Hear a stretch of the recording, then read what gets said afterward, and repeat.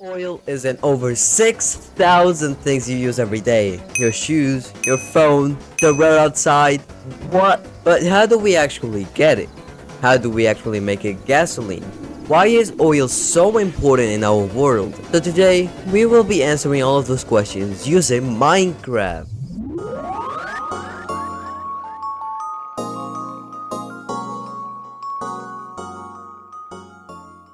First up, the middle of the ocean. This is an offshore oil rig, and it is probably one of the most extreme workplaces on the entire planet.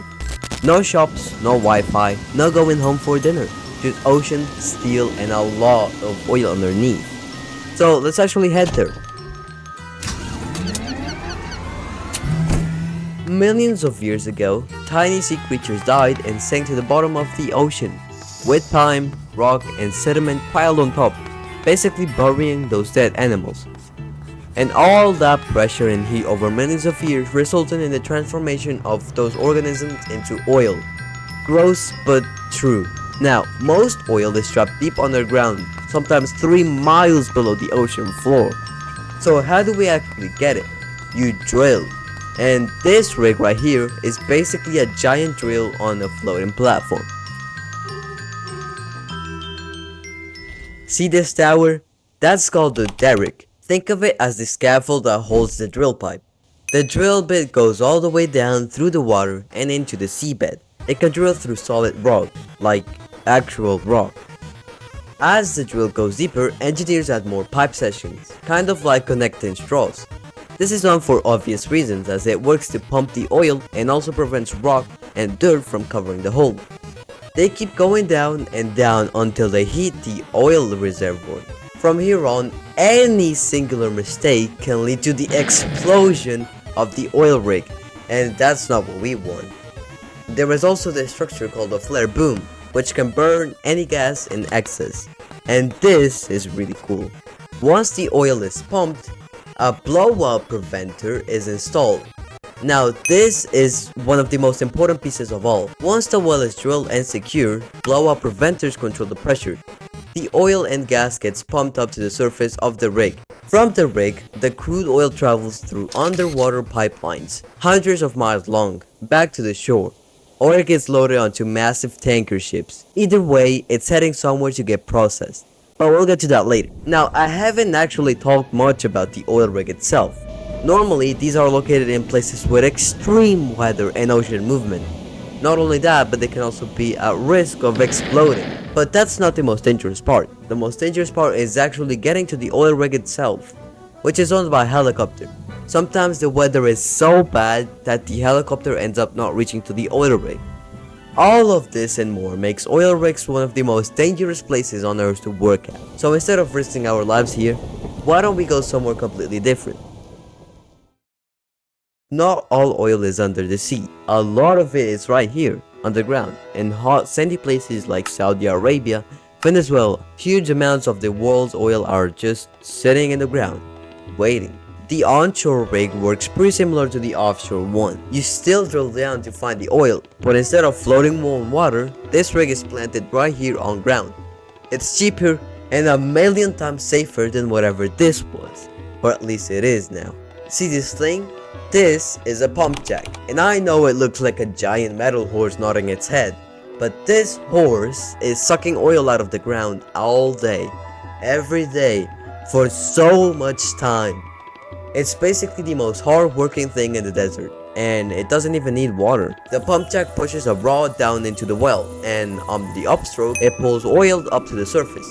The oil then goes into storage tanks right here on location before being sent to a pipeline or truck. But how? How does the pump jack push oil above with a singular rod? Well, here's how. So in the end of the rod of the pump jack, there is a one-way valve, which makes it so the oil can only go up and not down. So how it works is that the pump jack pushes a valve down so oil comes up, and then the valve closes so oil can't go down, and it repeats this process until oil slowly comes up and it gets pumped into different storage systems and trucks, which will take the oil into refineries.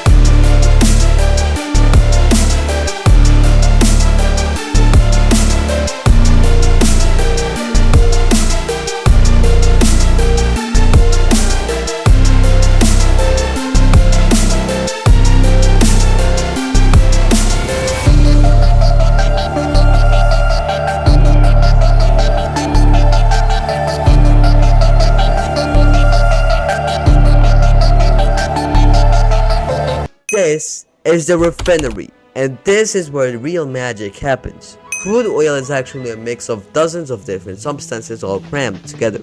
Gasoline, diesel, jet fuels, plastic, wax, heating oil, soda, all of it mixed into one black gooey liquid. The refinery's job? Separate them all out.